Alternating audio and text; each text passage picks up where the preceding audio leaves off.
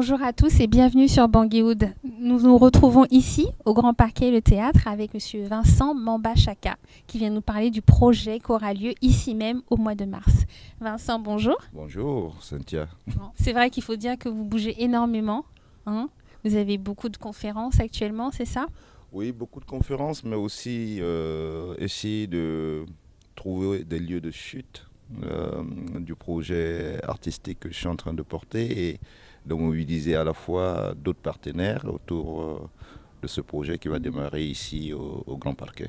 Alors justement, parlez-nous de ce grand projet. Disons que c'est d'abord un projet de solidarité culturelle et artistique entre... C'est un projet qui est né à Bangui? Je dirais conjointement entre le Grand Parquet, le Naïf Théâtre de Richard Demarcy, le Théâtre Blomba à Bamako et l'espace Lingatere. Mais c'est un projet qui est né dans un contexte assez particulier parce que l'actualité aujourd'hui est focalisée sur le Mali, sur la situation de la crise sans précédent que la République centrafricaine est en train de vivre et autour de ces événements malheureux et douloureux pour la République centrafricaine, des amis ont tout de suite pensé que le seul moyen peut-être de continuer à croire, à espérer, c'était de pouvoir tendre la main et de nous accueillir parce que ce soit le Blomba Théâtre ou l'espace Lingatere en Centrafrique, nous avons été victimes de toutes les exactions et les pillages qui ont eu lieu, non pas seulement pour Lingatere, c'est pratiquement tout le pays qui a été mis à sac, touché, sur toutes les infrastructures, qu'elles soient publiques ou privées, culturelles ou sociales ou sanitaires. Donc, il était important de pouvoir, sur une idée qui est généreuse, une idée d'humanité, que nous puissions, et de partage et d'échange, que nous puissions être accueillis ici au mois de mars pour pouvoir, à travers le spectacle, essayer de reconstruire et même aussi de travailler parce que momentanément c'est vrai qu'en Centrafrique il est très difficile en ce moment pour les artistes de travailler et moi en tant que responsable d'un lieu culturel et metteur en scène, il était important de trouver un moment de travail pour ces artistes-là, de continuer à faire de telle sorte qu'ils puissent continuer à espérer quelque chose, mais en même temps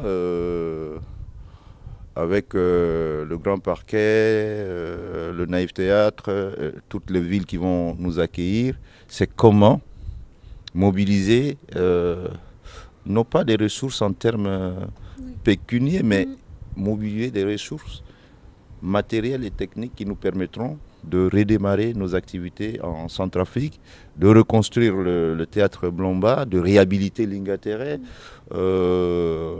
Et en même temps, c'est à l'issue de ça, comment les deux spectacles sur toute cette tournée-là pourront être rejoués conjointement à Bamako et en Centrafrique. Est-ce que vous pouvez nous parler en détail du programme? Disons que le spectacle Songo la rencontre va être un peu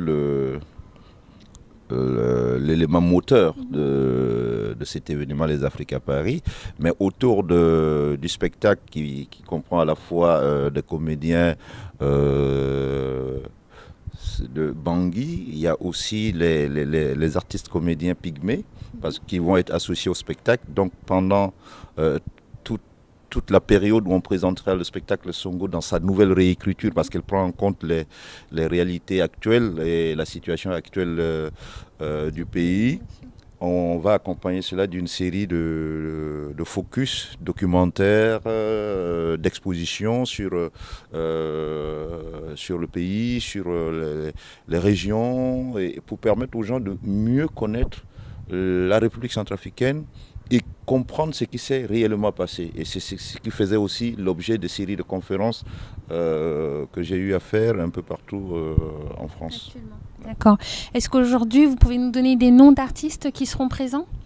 il y aura Racidi Zakaria, qui a été à l'origine de la création en 92, qui est l'un des acteurs les plus importants de la scène théâtrale centrafricaine aujourd'hui.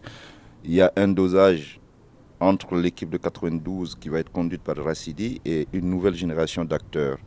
Mais ce que j'ai voulu intégrer dans cette nouvelle création, c'est la présence physique des artistes et comédiens pygmées, et en sachant très bien que c'est des pygmées Aka de la région de Bayanga et que le monde entier sait que c'est les pygmées Aka, leur tradition orale et immatérielle est aujourd'hui patrimoine mondial de l'humanité. Justement, est-ce qu'ils ont accepté de venir facilement? Ils ont accepté de participer à ce projet? Disons que moi je travaille depuis avec les pygmées Aka. Ce n'est pas la première fois. J'ai déjà réalisé 2 documentaires et avec une amie américaine, Lavinia Curieux, nous avons déjà fait un long métrage. C'était à Bangui?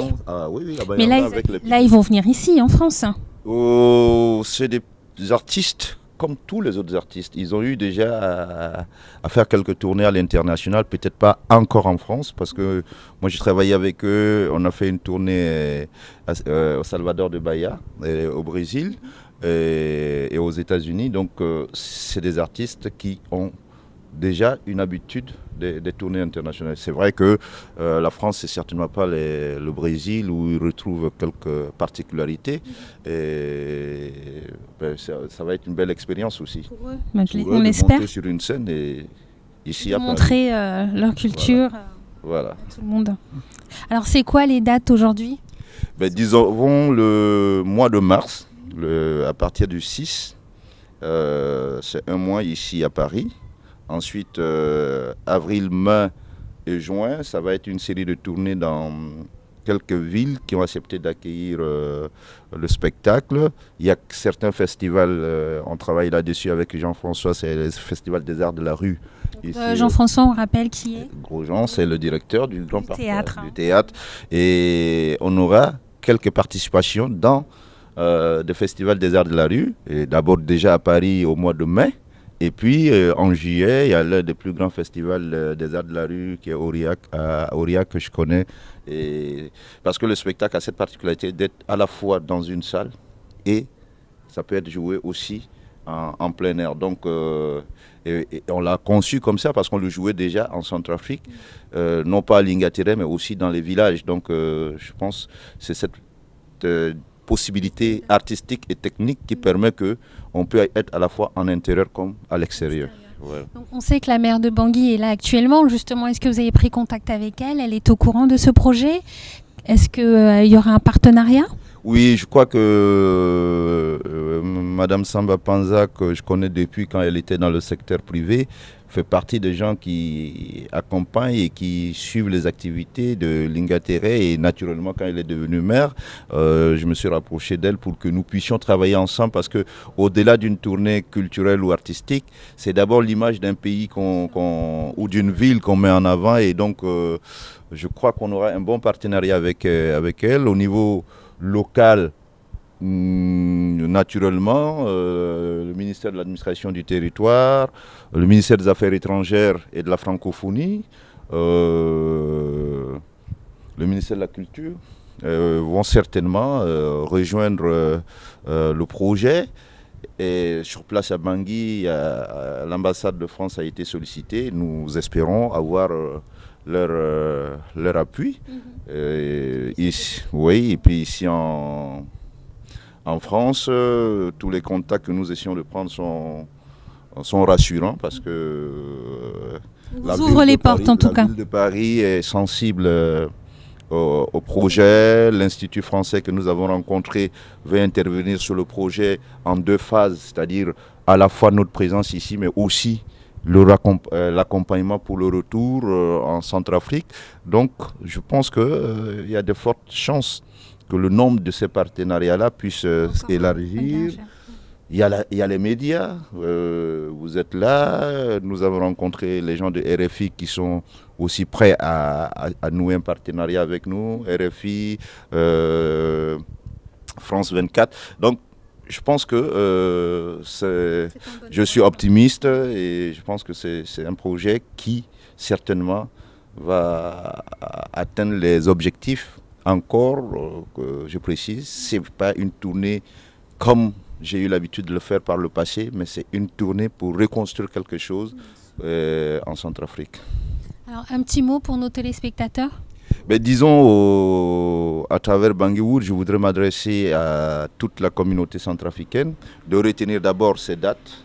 Pour ceux qui sont à Paris et dans la région parisienne, de prendre le rendez-vous du mois de mars au Grand Parquet, et dans les autres villes en France, notamment Orléans, Chessy, Blois, Bordeaux, Toulouse, Pau, Villiers, Strasbourg, qu'il y a un grand rendez-vous et un focus important à partir de mars jusqu'en juillet qui sera porté sur la République centrafricaine et que les gens peuvent et doivent, ils ne peuvent pas mais ils doivent se déplacer pour venir nous soutenir.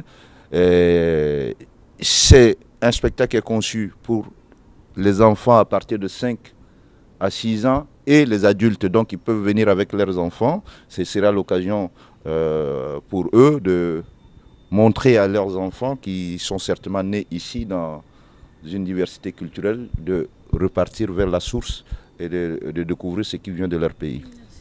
Merci beaucoup. C'est moi qui vous remercie. Donc on vous dit, bien sûr, il y aura toutes les informations sur le site internet du théâtre Le Grand Parquet. Est-ce que vous avez un numéro de téléphone à communiquer aux téléspectateurs? Sur le numéro du Grand Parquet. Le numéro du Grand Parquet, bien sûr. Et vous aurez bien sûr les informations sur le site de Bangui-Wood. Merci à vous tous de nous avoir suivis. On vous retrouve très vite, bien sûr, pour d'autres interviews. N'hésitez pas à laisser vos commentaires sur le Facebook, d'autres réseaux sociaux et bien sûr www.bangui-wood.com. À très bientôt.